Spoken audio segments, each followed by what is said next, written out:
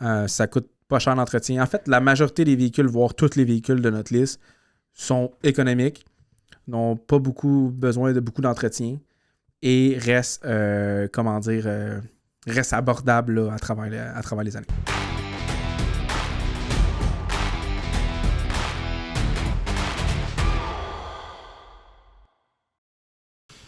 Bonjour Francis. Bonjour Félix. Ça va? Ben oui, toi. Oui. Cette semaine, on fait un sujet sur les véhicules les plus abordables. Exact. On fait un sujet, en fait, sur... On fait un podcast sur le sujet de... Exact. Sur le sujet des voitures usagées fiables et abordables. Entre autres, dans le fond, c'est les véhicules quand même assez... Surtout, mettons, c'est ton premier véhicule ou un véhicule...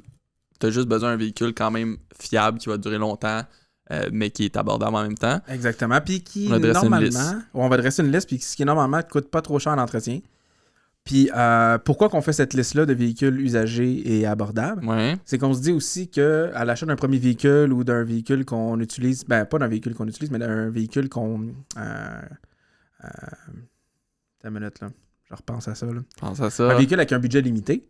Ben, ce qui est intéressant, c'est que sur rtxos.com, on a aussi plein de roues d'alliage très abordables dans des dimensions plus petites pour les véhicules qui vont sortir dans notre liste. Exactement. Ce qui fait en sorte qu'on peut un peu personnaliser notre véhicule qui reste usagé et abordable. Là. Tu peux le mettre à ton goût sans trop faire des trous dans ton budget. Exactement. Puis c'est pas parce que tu as un véhicule moins cher, plus abordable, un peu plus vieux, que tu peux pas avoir un beau look quand même. Rehausser le design du véhicule. Exactement. Au lieu de rouler avec des roues d'acier ou juste rouler avec roues d'acier enjoliveur.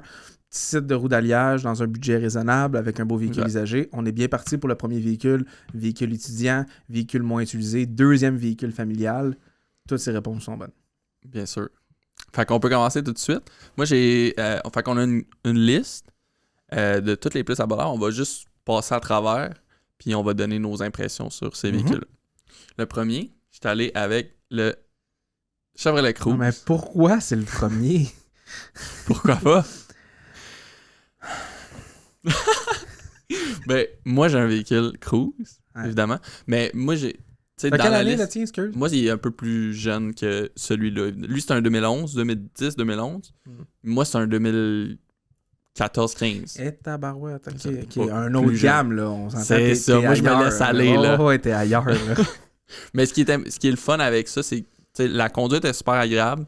Puis, tu peux t'en sortir avec des véhicules plus usagés un peu plus abordables que les Cruze neuves, mettons. Puis ils ont une bonne valeur de revente, mais aussi c'est qu'ils sont très économiques. Ouais, puis ils sont économiques, oui, puis pour l'avoir conduit, parce que tu me l'as déjà prêté quelques jours, j'étais tellement chanceux. Tu devais être content, là. 2-3 jours, là. Tu devais être tanné de ta Audi, là. C'est un autre monde. Non, honnêtement, on rigole, là, mais pour vrai, je l'ai trouvé vraiment impressionnante, puis je l'avais même parlé à ma blonde. En ce sens que, tu sais, on parle que la liste, on a oublié de le mentionner, mais la liste, c'est des véhicules usagés qui tournent autour de 5 000 $. Plus ou moins. Plus ou moins 5 000 $. C'est ça. Un Chevrolet Cruze 2011 comme ça, c'est largement équipé pour le prix. Ouais. Je trouve là, que j'ai trouvé les caractéristiques du véhicule très intéressantes, la conduite intéressante aussi pour l'avoir conduit, l'économie d'essence comme tu l'as mentionné. C'est fou, ça m'a impressionné. La dimension du véhicule. C'est un beau 5 places, belle grosse valise, beau look. Le seul, pas le hic, mais je dirais que le seul point un peu plus faible, c'est plus au niveau de la notoriété, de la fiabilité de Chevrolet. C'est ça qui fait en sorte qu'il n'est pas tant populaire dans une liste de véhicules usagés. Par contre, le Cruze est quand même très, très, très fiable. Surtout plus fiable que le modèle précédent, la Cruze, qui était pas mal là que ça gamme. avait commencé en plus, je pense. C'est là que ça a cassé un peu. Ouais. C'est dans le fond, c'est la Chevrolet Cobalt. Ouais. Le Cobalt, pour moi, est un fiasco. Puis je pense même pour Chevrolet, c'était pas un super véhicule. Ils ont décidé de faire la Cruze ensuite. Qui est nettement un véhicule supérieur. Je sais qu'ils le font encore, mais je sais pas s'ils ont arrêté pendant un bout, mais ils offraient aussi diesel, un modèle diesel qui offrait beaucoup de kilométrage, mais ensuite ils ont continué à faire essence, là, mais l'essence est quand même très économique, puis une longue, tu fais beaucoup de kilomètres là, quand même avec... c'est un véhicule économique. Fait que il n'y a rien à envier à d'autres véhicules, puis un beau look, comme on dit, quand même. Ensuite, on a la Toyota Yaris. La Toyota Yaris... Au Québec, là... Vas-y, c'est exactement là. C'est une bête, là. On en voit beaucoup. c'est fiable, ça dure longtemps. Je connais quelques personnes qui en ont eu. Puis c'est ça, encore là. Ils sont pas mal tous économiques, là. Ouais, si on peut faire une phrase qui résume la Yaris, là, c'est le véhicule, le petit véhicule, le sous-compact, le plus abordable et le plus fiable de l'industrie. Ouais. Dans le fond, c'est simplement ça. Ça l'a démontré. Durée de vie. Exact. Ça a démontré sa durabilité, ça a démontré sa fiabilité à travers les années. On est tous au courant que la Yaris, en fait, c'est la successeur ou le successeur, je sais pas exactement, de la Toyota Echo. Puis la Echo a fait ses preuves aussi. C'est un excellent véhicule. Ça compte sur la même motorisation que la Echo. La Yaris est juste un peu plus récente. On parle ici d'une Yaris de début des années 2010, donc 2011, 2012, pour tourner à l'entour de 5 000 $ aussi. Parfait. Ensuite, on a la Honda. La Honda, j'ai un blanc de mémoire. T'as un blanc de mémoire sur le modèle? Comment je pourrais le faire deviner? Ok, non. Non, je peux pas te le faire deviner. C'est la Honda Fit. Ah, bien sûr. Il y a un autre compact, là. Dans le fond, c'est ça. C'est pas terrible. Tu l'aimes look. pas? Non, ça apparaissait-tu dans mon ton de voix? Oh, ouais, tu l'aimes pas particulièrement. Ça a comme... mais le look est pas terrible, mais c'est quand même un véhicule... Ils sont tous fiables, là, on va se répéter, là, clairement, là, mais c'est quand même un véhicule qu'on voit aussi beaucoup sur les routes. De moins en moins, parce que le véhicule est quand même commence à être âgé. Mais, tu sais... En fait, la Fit, là... je trouve que c'est une excellente en fait, compétitrice à la Yaris. Pourquoi? Parce que Honda, on connaît la fiabilité d'Honda, puis c'est la sous-compact qui conserve vraiment, vraiment bien sa valeur. Comme un peu toutes les Honda, en fait, là, conserve bien sa valeur. Donc c'est une bonne, je dirais pas un investissement, parce qu'un véhicule, ça déprécie, c'est pas un investissement, c'est une dépense, mais ça reste que niveau qualité-prix, la Honda Fit est vraiment pratiquement au top de ma liste. Pas juste pour ça, parce qu'au niveau du look, je suis d'accord avec toi. Je la trouve pas super jolie, moi non plus. C'est pas dégueu, mais ça, c'est la deuxième génération. Quand c'est sorti la première génération, il y avait, dans le temps que j'habitais avec mes parents, là, ça fait quand même très longtemps, un de mes voisins avait acheté ça neuf. Il y en avait manuel aussi là, dans ce temps-là. Oui, exact. Oui. C'était disponible en manuel ou automatique, mais le look du véhicule, je me rappelle très bien dans mon jeune temps que je le trouvais vraiment pas joli. Par contre, il est tellement pratique.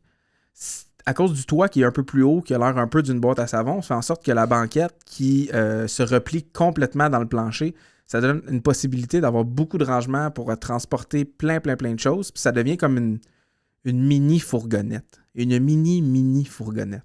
C'est ça qui est intéressant avec l'Honda Fit. Il y a une grosse valise quand même par rapport à la dimension du véhicule. Souvent, dans les véhicules comme ça, ou les véhicules, soit à haillons ou les véhicules 4 portes de type, mettons, sédan, là, qu'on parle, ce qui est difficile, c'est l'accès à la valise. Des fois, il y a une grosse valise, mais l'accès pour entrer du matériel, des items dans la valise est restreint. Okay. Dans la Honda Fit, en ouvrant le haillon complet, en descendant la deuxième banquette dans le plancher, on arrive avec un espace de rangement très, très, très avantageux pour le type de petit véhicule que... Quand même impressionnant pour la grosseur du véhicule. Exact. Ensuite, on a la Honda Civic. Ça, c'est une 2012. Ouais, la Honda Civic, début des années 2010. Comme on dit Honda, c'est réputé. Il n'y a pas grand-chose à dire. Tout le monde connaît la Honda Civic. Ouais, exactement. C'est la voiture la plus vendue au Canada. Je pense que c'est encore la voiture la plus vendue au Canada. Je pense que c'est une des véhicules usagés que la plupart des gens ou les jeunes ont. Dans les premiers véhicules, c'est un des véhicules... comme moi, ça a été mon premier véhicule. Pas celui-là, là, pas mal plus vieux, mais j'avais eu un Civic aussi. Là. Moi aussi, j'en ai eu quelques-uns.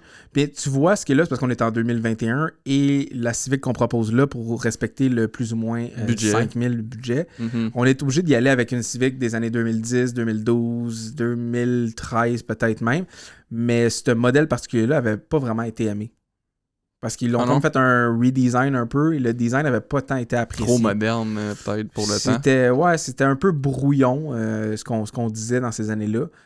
Ils ont rattrapé le coup après dans les années maintenant, les années présentes. Puis dans les années antérieures, on parle des années 90, même. Mais en fait, 89, si je ne me trompe pas, là, j'ai pas les chiffres exacts, mais il me semble que c'est 89, 91, 92, 15, 96, 2000.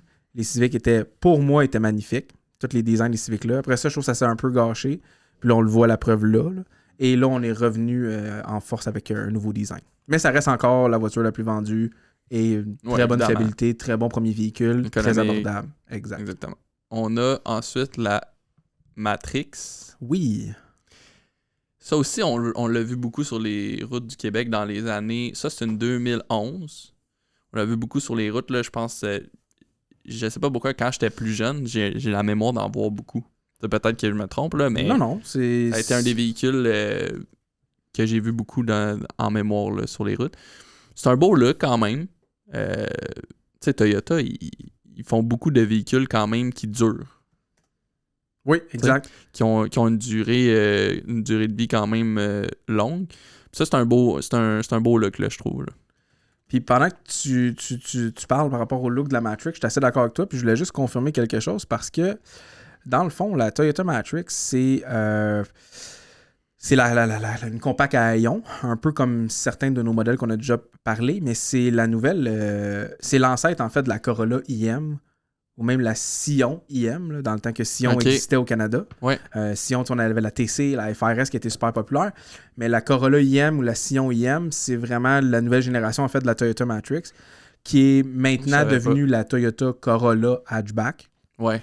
Mais c'est le même principe de Il y a véhicule. des ressemblances, là, évidemment. Là. Exactement. Fait que c'est vraiment... je trouve que c'est une belle compact, petite motorisation, super fiable, beaucoup d'espace de rangement aussi, comme on le disait pour la Honda Fit. Puis, c'est ça. Ça résume la Toyota Matrix. Ensuite, tu peux peut-être nous présenter celle-là, la Mazda 3. Peut-être que tu peux nous en parler un peu. La Mazda 3? Bien sûr. Ben, moi, je suis pas un fan de Mazda, honnêtement. Ben moi, j'en ai eu une. Ouais? Ouais. J'ai eu une Mazda 3, mais ça, c'est un peu plus récent. Ça, c'est une 2012. Moi, j'avais une 2008, quelque chose comme ça, dans mes premiers véhicules aussi. La Mazda, vas-y, excuse-moi.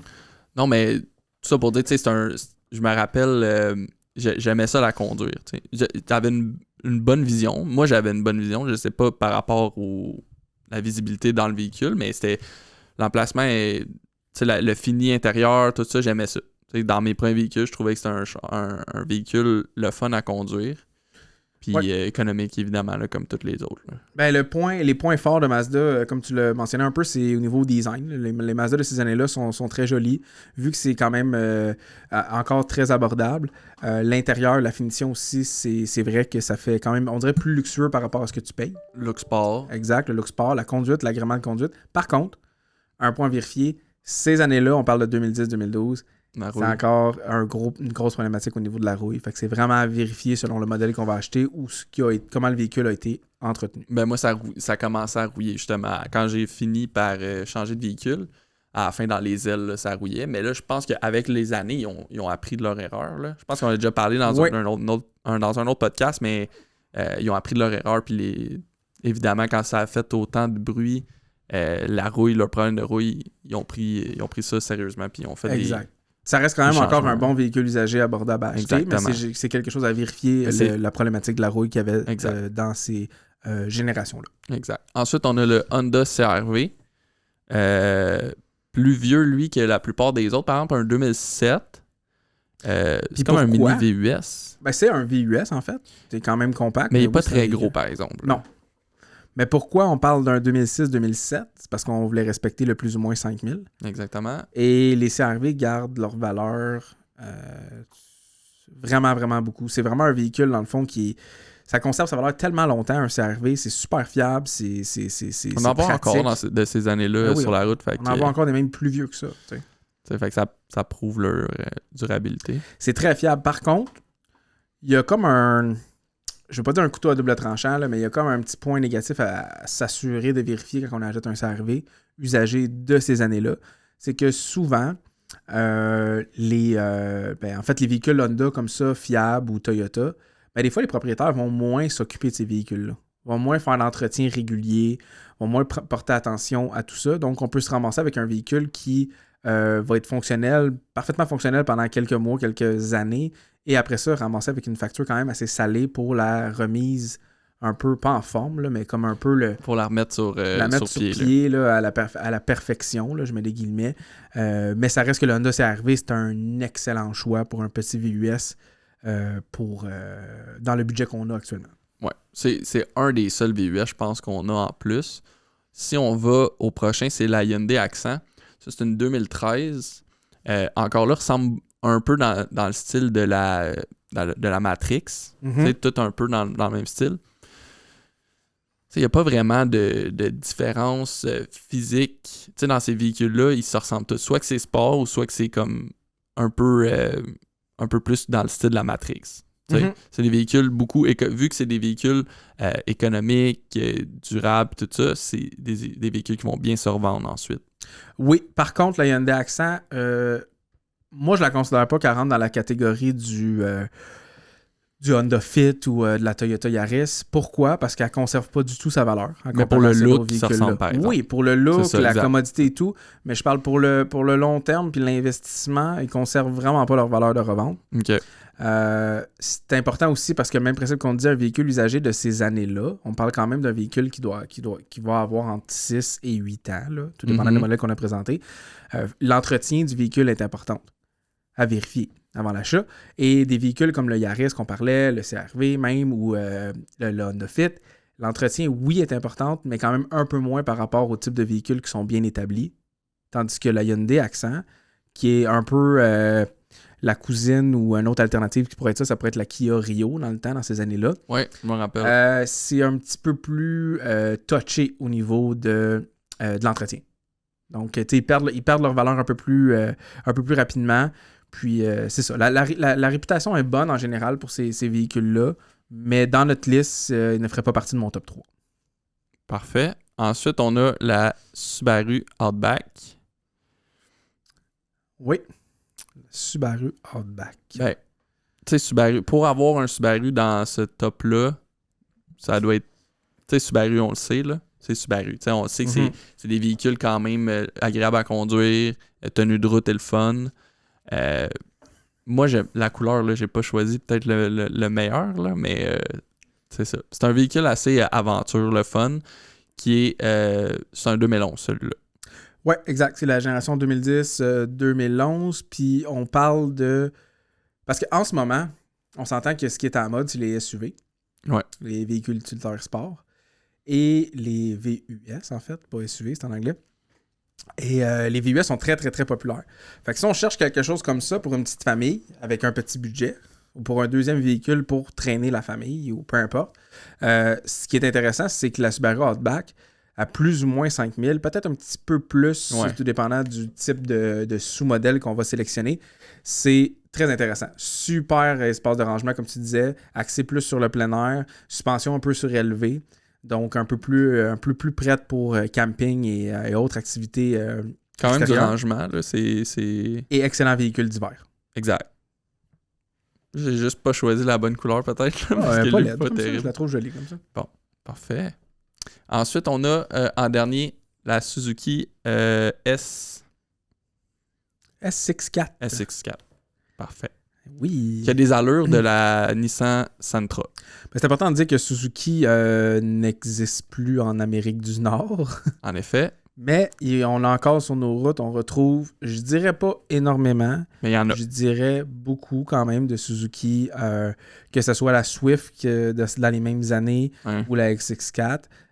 C'est un petit véhicule, c'est un bon exemple de durabilité, ça l'a passé à travers les années, ça coûte pas cher d'entretien. En fait, la majorité des véhicules, voire tous les véhicules de notre liste, sont économiques, n'ont pas besoin de beaucoup d'entretien et restent, restent abordables là, à travers les années. Ils ont tous les mêmes caractéristiques. Fait que c'est sûr qu'on s'est répété probablement, mais c'est dans les budgets qu'on a, on vous a sorti évidemment les meilleurs avec toutes les caractéristiques semblables. C'est ça. Puis la SX4, par contre, SX4, pardon.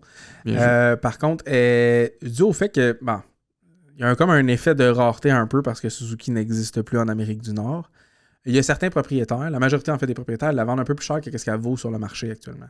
Vu qu'il n'y en a pas. Ouais, exact. C'est comme un peu à regarder un peu ça. Je ne suis pas un fan de la SX4, mais c'est quand même une très bonne option pour dans notre liste de véhicules. Parfait. Fait qu'on a pas mal fait le tour. Je pense d'autres que tu voulais aborder? Ouais, je pense qu'il en manque un, puis ça tombe que c'est mon préféré. Bon, vas-y. Il manquait le RAV4. Le RAV4 2007 à peu près. Qui est On s'entend que le RAV4 là, et le CR-V, c'est coude à coude depuis les 20 dernières années. Là. C'est vraiment deux modèles pratiquement équivalents, autant au niveau du look qu'au niveau du prix, qu'au niveau des caractéristiques qui composent le Toyota RAV4. Mais moi, je préfère le RAV4. Ben, surtout les nouvelles générations sont superbes, mais dans ces années-là aussi, il y a la fiabilité de Toyota, il y a le beau look d'un petit Jeep / SUV. Puis, c'est possible de trouver un exemplaire avec le moteur V6. Ça, c'est intéressant parce qu'il peut avoir une certaine puissance malgré le petit budget du véhicule. Mais c'est un très beau véhicule, aussi un peu plus, peut-être un peu plus que 5000, là, comme on disait. Là. Par contre, les RAV4, très populaires encore aujourd'hui, ils ont leur place, là, évidemment, encore dans le segment VUS. Exact, ben oui. Au Québec. Fait que si on a fait le tour, par contre, si vous voulez des roues, pour peu importe si vous avez fait votre choix ou vous êtes encore en décision parmi ceux-là ou autres, mais ça, c'est vraiment pas mal les meilleurs abordables aussi dans les budgets pour les véhicules usagés. C'est notre liste suite à plusieurs années de recherche sur les internets. Exactement. De 10 véhicules abordables, fiables, usagés. Ouais. Plus ou moins 5000 $. Puis on propose, pas on propose, mais on parlait après en disant que bon, ben si on achète un véhicule pour pas briser la banque, ben on peut aller aussi sur rtxwheels.com, rentrer son modèle, son année et sa marque de véhicule. Sa marque de véhicule, son année, son modèle. C'est ça. Mettez ça dans un chapeau. Suivez l'ordre qui est inscrit sur le site web. Vous allez trouver des cartes, roues. ça va bien aller. C'est ça. Puis vous allez avoir en fait tous les modèles disponibles sur ces types de véhicules-là. Puis ça reste abordable. Puis comme on disait, c'est une belle façon de personnaliser un bel véhicule ajout. de seconde main. Vraiment. Que quand on achète un véhicule de seconde main, c'est une des premières choses qu'on regarde et qu'on peut faire. Puis c'est ça change le look du véhicule complètement. Complètement. Fait que vous pouvez aller sur rtxwheels.com. Exactement. Merci Francis. Merci Félix.